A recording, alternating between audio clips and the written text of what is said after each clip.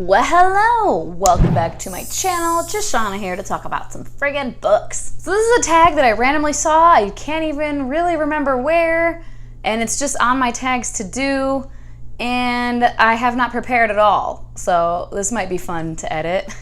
So this is all questions that are like, totally didn't, blah, blah, blah. Makes sense, right? Since it's called the totally didn't tag. Let's get right into it. Number 1. Totally didn't need to have sequel or sequels. And for that, I'm gonna go with The Fifth Wave by Rick Yancey. So, I actually really liked The Fifth Wave. I quite liked this book a lot. And of course, the way that this book is written, it needed sequels. I never finished the series because I read The Infinite Sea and I hated it. And I was like, this was pointless as all fuck. And I probably should read I think there's just 3. But I just felt like this should have been written in a way to be a standalone, and it would have been really solid. I think it could have been, and I just would have preferred that because, I mean, someday I'll probably read the 3rd book just because I liked this one so much that I'm like, maybe The Infinite Sea just is like total middle book syndrome, but that just annoys me. Like, don't write the middle book then. Just make it a duology or whatever. You know what I'm saying? Number 2, totally didn't need to have more than one point of view. Oof, I'm gonna say, I'm laughing because I'm like, somebody's gonna fight me in the comments. The 5th season by N.K. Jemisin. That second person point of view just, and I just didn't, I don't want to go on a tangent. How do I even, I mean, I've talked about this book before. N.K. Jemisin is a talented, skillful writer. I am not saying that she is not, and I still want to read some of her other works because she is a skillful, talented writer, and I like where her head's at, you know what I mean? But with the 5th season, it just had and I'm not saying that this is N.K. Jemisin having this demeanor or aura, but the book itself had this aura of like pretentiousness and like, look at how clever, and it irritated me, and that second person point of view just rubbed me the wrong way. I don't like it. Number 3, totally didn't need to change cover art through the middle of the series. I guess I'll go with, oh Jesus, the Shattered Realms novels, because the first one, hardcover, has this, and this matches the Seven Realms series like vibe of the covers, and they're connected. It's in the same world. But then the rest of the books in this series so far have a cover like this. Now, I don't mind this cover. I don't mind people on the cover sometimes. And I think these ones are pretty cool. They're pretty badass.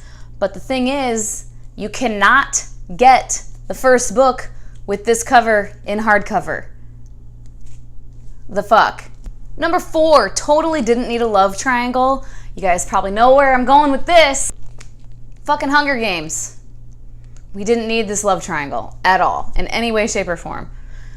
Personally, it did nothing to add to the story for me because I'd never even really bought the whole Gale love interest. It just felt forced. Like, why? Number 5, totally didn't need this book to be included in the series. I'm going with Tower of Dawn by Sarah J. Maas. Now, I understand that there are things that happen in this book that are pivotal to the larger series. I totally understand. Characters introduced, mythology and information of the world and of their whole overarching plight introduced. Information that we needed. But did it need to be an entire ass book? No. Half of this book was like, okay, can we just get on with it?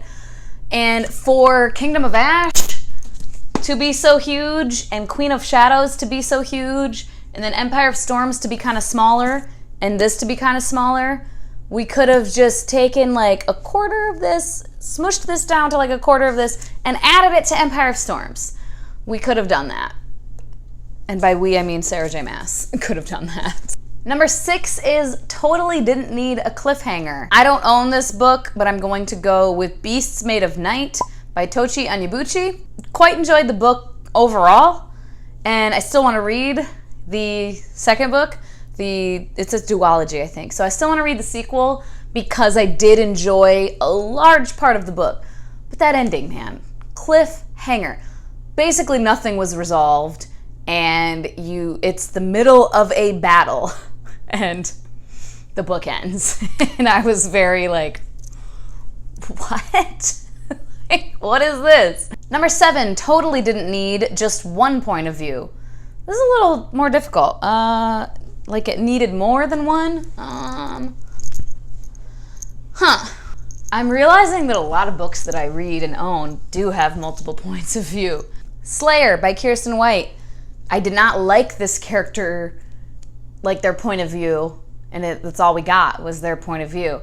And I think maybe if I had gotten like her sister's point of view also, I might have liked it better, but just hearing her inner thoughts, it was first person, it's just hearing her whiny ass thoughts the entire time got a little old. So that probably would have helped me enjoy it more, at least on a personal level.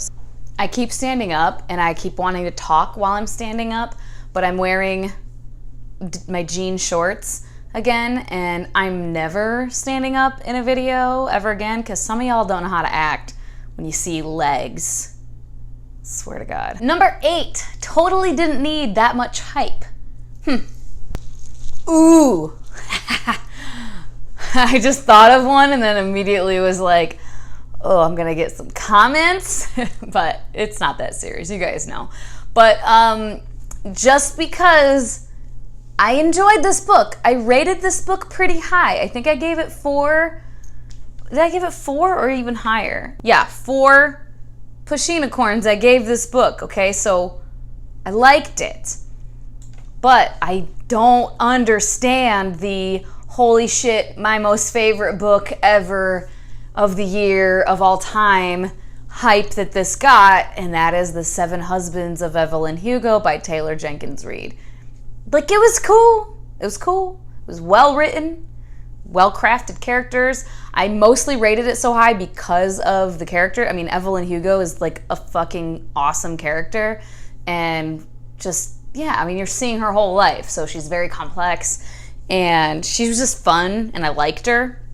That's mostly why I rated it so high. Yeah, I don't understand the immense, unbelievable hype that book got. Like I said, it was good. It was good. But it's like everybody's favorite book ever, and I don't understand. Number 9, totally didn't need a relative book reference. Okay, I know which one for this. I don't own it anymore. I got rid of it. Black Leopard, Red Wolf by Marlon James. It wasn't even Marlon James, and I don't even think it was his like team or his PR or the publisher. I don't think. Maybe it was the publisher. I don't even think it was, though. I think it was just like other people or one person, and then it just blew up saying it was the African Game of Thrones. Bitch, where? Like, absolutely not. And I think that like reference and people hearing that got so many of us like, oh my God, that sounds right up my fucking alley, and got people really hyped for it. But then that's not what it was. And if you were expecting that, as I kind of was, and then you read it, you were like, what the fuck is this? And I think that really was kind of a detriment because the wrong people were picking it up, thinking it was going to be this one way, and then it was something else. So there are people out there who I'm sure loved it. I'm pretty sure it's like won some awards and stuff. I mean, it's very interesting, and I could go on. But yeah, basically, I think it was a detriment to the book that so many of us were thinking it was going to be this one type of way, and it just was not. Number 10, totally didn't deserve my time. What have I rated really low? The most recently low-rated one was Frostfire, but that was such a quick, easy read that I wouldn't be so aggressive to say it didn't deserve my time, because it didn't even take up that much of my time. Ooh, here's a good one. Queen Sugar by Nicole Basile. There's many people out there who really enjoyed it. I mean, they made it into like a TV show, so clearly it got some traction and whatever. I just couldn't stand what's his fuck, the character, the brother. Could not. And that book, it took me a little while to read through too. I mean, it's literary fiction. It's a little slower, you know what I mean? A little more complex with the relationships and the, you know, whatever. So it took me a while. And then towards the end, I just couldn't. And I heavily skimmed the last like 25% of the book. And yeah, I just could not with, I can't even remember his fucking name. The brother. God, he was terrible. Hated him.